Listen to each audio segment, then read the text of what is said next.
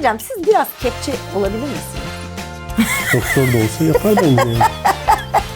Kulağı küçük olanın ömrü de az olur derler. Şimdi hani çocukları böyle vay yelken ne haber yelken falan. Ortadan hadi konkal çukurumuz varsa sıkıntı yok kulak. Kulak.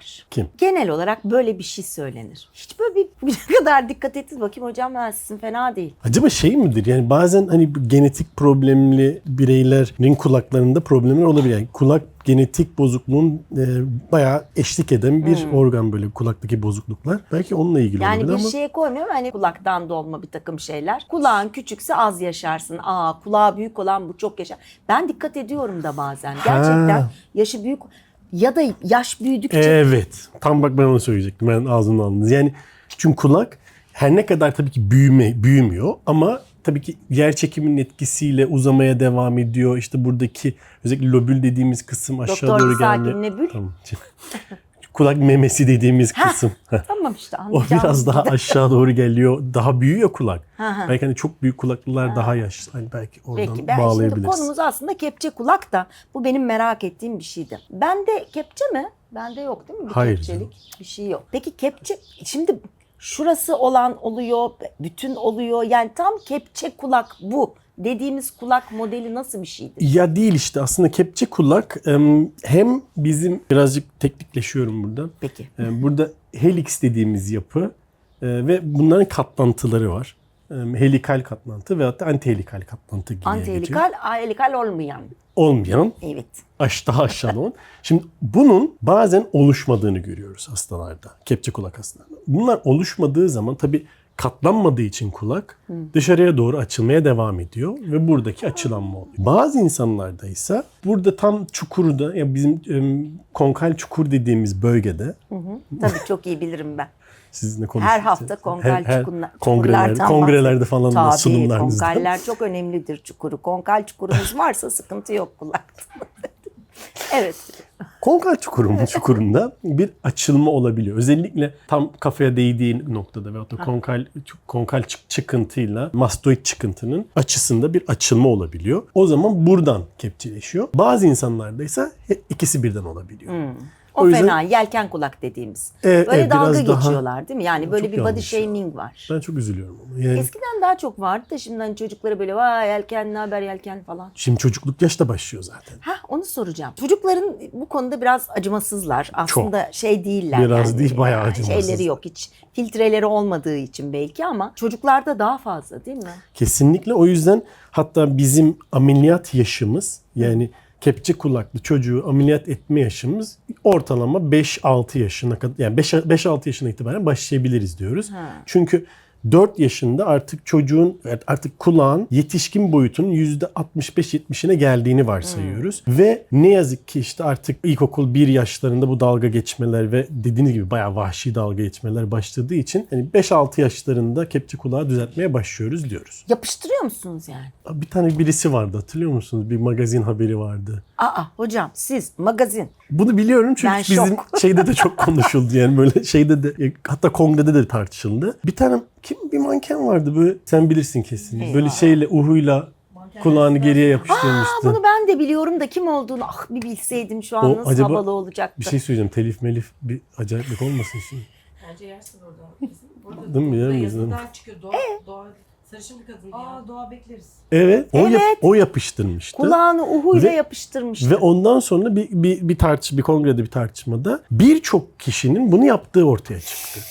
Yani gerçekten insanların işte uhuyla veyahut da başka Geçici olarak şeylerle yapıştırıyor. Bir yere giderken mesela şu kepçeyi yapıştırayım ama ameliyatı olmuyor. olabilir. Evet. Şimdi sadece dedik yani bu konkal açıda bir problem varsa hani onu geriye doğru çektiğin zaman belki, ama mesela buradaki katlantıyı nasıl düzleştirirsin onu çok bilmiyorum. Yani Hocam şimdi şu gıdılara da böyle şeyler var ya, şuradan şeyler var biliyor musunuz? Böyle çık yapıştırıyorlar. Böyle kulağın arkasına giden bantlar var, şeffaf bantlar var. Gördüm. Nitekim malumunuz benim gıdı sıkıntısı. Bir tane böyle bir reklam çekiyorduk. Beni bütün gün öyle gerdirdiler, tamam mı? Reklamı çekerken burası çok rahatsız oluyorum diye. Tamam, ben bütün gün onunla dolaştım. Eve bir git. Bir kere zaten böyle hıa diye açana kadar onu ölüyorsunuz. kadar Sonra acıdı, 15 gün adını vermeyeyim, B ile başlayan meşhur bir krem vardır ya her yerimize sürdüğümüz. 15 gün O onlarla. kadar tahriş etti mi? Tahriş oluyor yani. Bunların hiçbiri bence çözüm değil. Geçici Değil çözüm tabii ki. tabii. Ama peki kulakta diyelim ki bu ameliyatı yaptınız. Çok yapıştırma riski falan oluyor mu yani? Şimdi burada ameliyatı yaptığımız zaman özellikle dikkat edilmesi gereken 3-5 tane nokta var. Şimdi birincisi tabii ki simetrik olmaz. Yani simetriye en yakın olduğu noktada bırakman gerekiyor. O yüzden ölçümle yapmak çok önemli. İkincisi dediğiniz gibi bunu çok yapıştırırsanız bir zaten doğal olmayan bir görüntü olacak. İki kişinin gözlük kullanımı ile ilgili. Heh. Çok büyük problemler Takamaz. olacak. Aa. Maske kullanımı ile ilgili çok büyük problemler oldu. Çünkü buraya yapıştırdınız. Buradan bir şey geçmeyeceği için Şunlardan takamayız. tabii ki. Yani o piercingler gerçi çok Bunlar önerdiğimiz önemli. bir şey değil ama biliyorsunuz. Özellikle Neden? kıkırdağa zarar veren şeyleri çok Ben fazla şunu önermeyin. deldirecektim. Direkt kıkırdak, bunu yapmamalı mıyız? Bence yapmamalısınız. Gerçekten mi? Tecrübeyle sabit. Buna çok üzüleceğim. Senin burada mıydı iltihaplanan? Ben şunları deldirene kadar verdiğim kararlar. Şu tragus buna ne deniyor şu Bu tragal dolgu. Bu şuralara şu kulağına. aynı şey. Tragal Şuraya dolgu. Şu bölgede. ikinciyi, üçüncüyü deldirene kadar neredeyse çocuk doğurmakla aynı kararı vermiş olabilirim yani. Ama bunlar için çok problem değil. Çünkü bunlar yumuşak doku olduğu için ve He. burada hiç kıkırdak olmadığı Burası için zor. rahat. Ama burada tabii şimdi burada bence çok önemli. Gerçekten iyi ki vurguladınız bunu. İltihaplanma potansiyeli taşıyor. Çünkü kıkırdak damarı olan bir yapı değil. Kıkırdak yanından geçen damarlardan çıkan sıvıyı çekerek beslenen bir doku. O yüzden iltihaplandı mıydı da tedavisi de daha zor. Ve iltihaplandığı zaman hemen erimeye başlıyor, nekroza gitmeye başlıyor ve ondan sonra burada deformiteler gelişmeye başlıyor. O yüzden Deforme oluyor yani. evet bozulmaya başlıyor. O yüzden mutlak surette yani Onu zaten çok yavaş deliyorlarmış. Ben öğrendim. Şimdi ben bir şeylik yaptım. Şuradaki en üstteki şurayı deldirmeye böyle bir karar verdim. Sürekli ben piercing yani bir piercing yapan ya da işte Tatu. dövme. Tatu diyecektim. Demin Türkçesini bulmaya Affedersin. çalışayım dedim. Dövme yapan arkadaşımıza gidiyorum. Şunu da nedense kafamda o çok acır diye kalmış. Meğer en acıyan yer şurasıymış. Ben bunu hortladan nasıl bağırıyorum ben, hiç biliyorsunuz siz beni, ben metanetliyimdir Evet. yani. Yo neyse böyle yapıldı falan ve o akşam da oyun var bir de yani. O akşam oyuna gidiyorum. Oyunda dövüş kakış bir oyun, perişan oldum. Şimdi şuna karar verirken de bunu konuştum. Dedim bakın burası acıyor mu? Yok dediler Raz ama tedavi iyileşme süresi daha uzundur ve orayı çok daha yavaş deliyoruz yani şunları demişlerdi. Demek ki sizin dediğiniz hikayeden ötürü Muhtemelen, daha evet. özenilen bir şey. daha az hasar vererek delmeye çalışıyor olabilir. Peki mesela kulağa yapıştırdınız, gönderdiniz ve geldi. Hayır ben şunu yapamıyorum, bunu yapamıyorum. Çok mutluyum. Benim kulaklarım geriye dönsün. Açabiliyor musunuz tekrar kulağı yapışkan? Cerrahiyi yaparken sadece katladınız.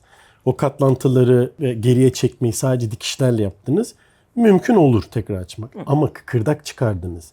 Kıkırdağa tekrar şekil verdiniz. İşte tekrar kıkırdağa diktiniz. Onu yapmak çok zor tabii. Nadirdir diye tahmin ediyorum. Yani Sizin başınıza gelmedi en azından. ben birçok arkadaşımın da yani zannetmiyorum. Yani çok sık geldiğini çok düşünmüyorum. Çünkü zaten çok rahatsız geliyor insan. O Peki kulak- yapıldıktan sonra ameliyat bandajla nasıl bir bandajlama oluyor? Kulağa nasıl bandaj?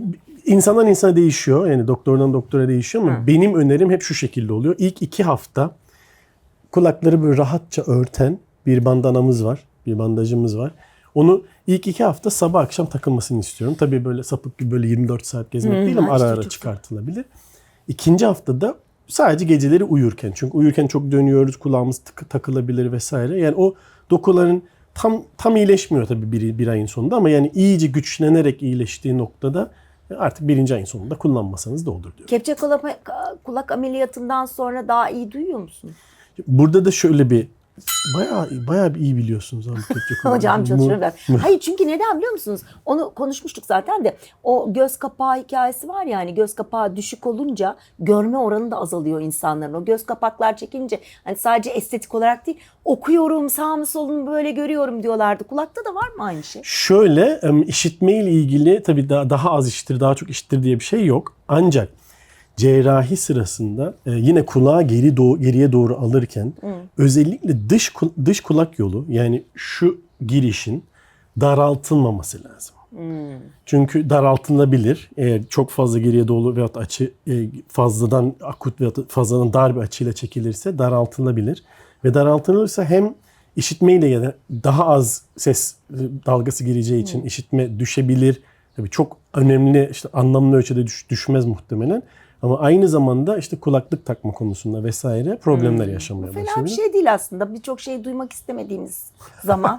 Hocam şurayı biraz daraltalım mı falan, ya da siz duymasını istemediğiniz insanlar varsa çevrenizde belki daraltmak Sizi istersiniz. kimler bu hale mi acaba? getirdi merak ediyorum. İz kalıyor mu hocam, iz? İz kalmaz. Yani çünkü kulağın arkasından yapıldığı için kesi Ha. önden baktığınız zaman herhangi bir şey görmek mümkün değil. Peki bu konuda en çok, bu konuda yanlış bilgi nedir? Mesela şu şöyle olursa böyle olur. Hani yaygın bir takım, işte benim biraz önce dediğim gibi. Aslında doğru Ha, bir bilgi değil. büyük Kulağı küçük kulaklı. olan daha, kulağı büyük olan daha uzun yaşar. Bununla ilgili yaygın bir, hayır yahu böyle de bir şey değil diyeceğiniz bir şey var mıdır? Kulakla ilgili değil mi? Kepçe kulakla ilgili. Kulağı Yok, büyük olan. benim bildiğim yok. Peki yazın mı kışın mı yapsınlar ameliyatı? Fark etmiyor. Çünkü artık eskiden bu bence bütün estetik ameliyatlar için geçerli. Eskiden tabii insanlar daha sıcak ortamlarda bulunuyordu. Klimalı ortamlar daha azdı. Güneşe maruziyet biraz daha fazlaydı dışarıda olmaları dolayısıyla. Ama şimdi hem her evde klima var. Evet. Hem işte dışarıdaki maruziyet daha az oluyor. İnsanlar bir daha bilinçli. İşte güneş kremi kullanmaya başladı. Şemsiye altında oturmaya başladı vesaire. O yüzden estetik ameliyatları yazın yapılmaz algısı birazcık artık demode bir algı oldu. O yüzden her zaman yapılabileceğini düşünüyorum. Peki çocuk doğdu. Hani böyle çocuklar doğduğunda şey yaparlar. Kafası güzel olsun diye yan yatırırlar falan, böyle bir takım işte kavun şeklinde olsun. Böyle yatırırsan kafa basık olur. Kulak için var mı böyle bir Var. şey? Ha. İlla ki doğuştan olmuyor. Sonradan da oluyor mu kulak, yani kepçe? Tabii kepçeleşebiliyor ama asıl doğuştan itibaren belli başlı, şimdi yine bunlar tabii literatürde tartışılan şeyler. Ancak doğduktan sonra aşırı kepçe veyahut da çok bariz kepçe bir bebek var. Kitler var veyahut da bir işte yurt dışında da satılıyor. Türkiye'de şu anda satılan var mı bilmiyorum. Yurt dışından getirtiliyor. Demir bir çubuk gibi bir şey var. Bu şekillendirilebiliyor. Bu çubukla özellikle işte oluşmayan anti-helikal fold dedim ya. Bu bölge, yani heliksin O bölgeyi ben hiç anlamadım. Çizerek belki Gelişmeyen bunu. bölge. Peki. Ya şurası var ya, göstereyim kameraya. Dur, şurayı Tabii görebiliyor gösterin musun? efendim, gösterin. Şurası. Kulaklarınız da güzel hocam. Evet, Kulaklarınızı da teşekkür ederim. görsün kameralar. Şurası oluşmadığı için bu demiri şuraya koyup sonra da bantlayıp kafaya bantlayıp gelişim sırasında biraz daha az kepçeleşme Of, yapalım. bebeğim küçükken yani. Yani yapılabilir bence. Normal insan da yapabilir bunu. Yani Ha, büyüyünce de yapılabiliyor mu böyle? Yok ama normal insanlar da yapabilir. Akıllı insanlar. Doktor da olsa yapar bence yani. Peki kulak ameliyatından sonra insanlar hemen böyle saç toplamaya başlıyorlar mı? Bakın görün benim düzeldi bunlar diye. Kişilerin geldiği zamanki en büyük dertlerinden birisi zaten saçımı toplayamıyorum. Ya. Nasıl artık dalga Ay, geçiliyorsa. bulandım gerçekten. Bu Evet. hiç şey değil. Evet Değil, ya. gerçekten değil. Hakikaten böyle çok da büyük bir sorun. Bakmayın yani Sorun biz tabii ki. hani kepçe kulak deyip geçiliyor ama değil. Hakikaten problem ve gerçekten dediğiniz gibi yani geldiklerinde en çok duyduğum şeylerden bir tanesi artık saçımı topluyorum. Mesela atıyorum birisi geldi size, başka bir işlem yaptıracak. Bir işlem için geldi. Siz bakıyorsunuz, onun saçlar şöyle önde. Hiç gözünüz kayıyor mu? Acaba kepçe kulak bu ve o yüzden mi saçlarını böyle yaptı? Çaktırmadan bir durun bakayım, şuraya bir bakayım falan gibi. Ya da yönlendirdiğiniz oldu mu? Senin kulağın kepçe, gel senin Yok, kulağın. hayır. Niye, ne olacak? Hayır. Ne var bunda? Bak zaten muhtemelen adam ya da kişi çocukluğundan beridir o lafı duyuyor zaten. Tamam Şimdi işte siz de derseniz şey olmuş olacak. Doktor da dedi, yapayım kurtulayım. Ama Bence ya- bir insanın psikolojisini toparlamış olacaksınız hocam. Bundan sonra yapın. Ama ya kötü hissederse? Ama yani zaten birileri demiş ve kötü hissediyordur. Bir doktor gözüyle ben bunu çözeceğim. Hiç bırakın. Ya şu var çünkü bakın. Şu var, gerçekten var yani, hasta psikolojisinden söylüyorum. Mesela benim kilo verme süreçlerimde diyelim ki yani bana hep ay olsun böyle de çok tatlısın bilmem ne falan diyorlar. Nitekim birileri hayır abi ne gerek var, ve beni artık bir şeyler rahatsız edip ben buna müdahale etmeye başlayınca cerrahi ya da dışarıdan etkenlerle bana o kadar iyi geldi ki ve ben şey dedim, niye bunu benim yüzüme direkt acaba bir hekim biri net bir şekilde tamam böyle ama çözümü de bu yani. Gidin bununla ilgilenin değil. Ben bunu yapayım sizin için demiyor. Bilmiyorum. Belki de o hassasiyet Yani çocukluktan gelen bir hassasiyet olabilir mi diye bir kafamda kaldığı için böyle çok da şey yapmak istemedim. Siz çok fazla sosyal medya kullanmıyorsunuz biliyorum ama yani kullandığınız kadarıyla diyeyim. Acaba böyle hani kulak ameliyatı olmuş, kepçe kulak ameliyatından sonraki şeyleriniz, hastalarınız falan sürekli buraları açarak fotoğraf koyuyorlar mı? Selfie'ler değişiyor mu? Bir tane hastam var, onu biliyorum. O İngiltere'de yaşıyor zaten. İngiltereli bir hasta. Yani İngiltereli bir İngiltere hasta. diyorum çünkü Peki. aslında Kıbrıslı ama Ha, İngiltere'de İngiltere. yaşıyor şimdi. O yüzden İngiltereli diyorum. O mesela evet onun Instagram'ını takip ediyor. Yani takipteydik zaten. Çünkü benim başka bir arkadaşımın arkadaşı. Onunla takipteydik. O bayağı evet benim gördüğüm kadarıyla bayağı işte ponytail'ler falan işte arkadan toplamalar Değil falan mi? başladı.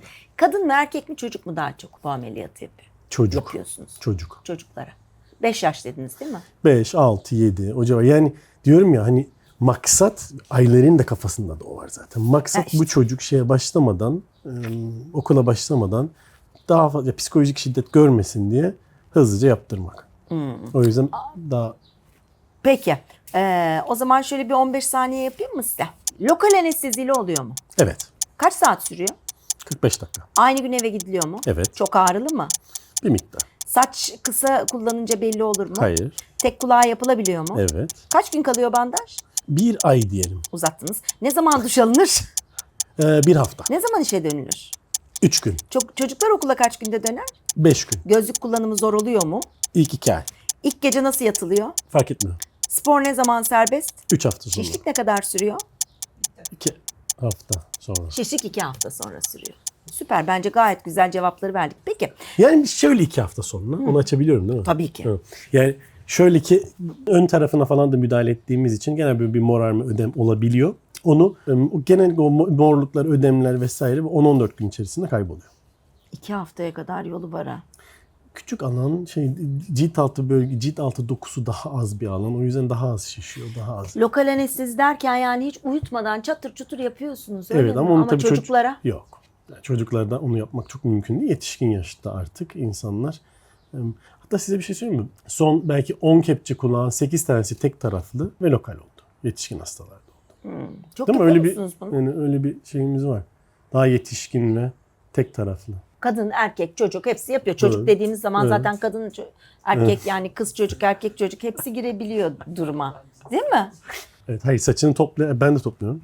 Evet. Yani erkek de toplayabilir saçını. Hocam siz biraz kepçe olabilir misiniz? Hey dokunmayın çok fena ya. Gerçekten. Sanki bu çünkü neden? Şunu şöyle yapınca bu saçlar yukarıda kalıyor. Şaka yapıyorsunuz. Vallahi bence bir küçük. Şimdi? Ha, şimdi değil. Bitti. Şu an bitti kepçenin bitti konu. Bitti. Hayır bitmedi mi? Ne olacak ki? Kepçe olsa mı? Kepçe bitti. Yok hocam iyi. Peki eklemek istediğiniz bir şey var mı? Hani şunu Yok. şöyle, şunu Yani şöyle. şöyle bence bu bölüm özellikle bu bölüm özelinde konuşmak istiyorum. Kepçe kulak ciddi çocukların problem olabileceği bir hastalık değildi. Bir deformite de değildi. Bir doğumsal problem diyelim. Doğumdan sonra da olabilen bir Veyahut da doğumdan sonra ulaşabilen ve ciddi anlamda hani ben özellikle ailelerin bundan çekinmemesi gerektiğini, hani çocuk özellikle ilkokula başladıktan sonra o çocuk kemikleri yok dediğiniz gibi acımasızlar. Hani ona maruz bırakmamak adına korkmamaları gerektiğini, ameliyatın çoğu kişinin çok güzel yaptığını ve çok güzel sonuçlar çıkardığını, nispeten risksiz bir ameliyat olduğunu ve çok da zor değil aslında. ve çok da iyileşme Konforu, sürecinin çok zor olmadığını söylemek istiyorum ve ciddi anlamda bu tedirginliği yaşayan ailelerin rahatça gidip ameliyat yaptırması Bu kadar gerektiğini çekmektense, bu bir kadar çocuğa çektirmektense. evet, çektirmektense yapın gitsin. Kulakları düzeltebiliyoruz. Yeter ki gönüller ferah olsun. Gönüller bir olsun.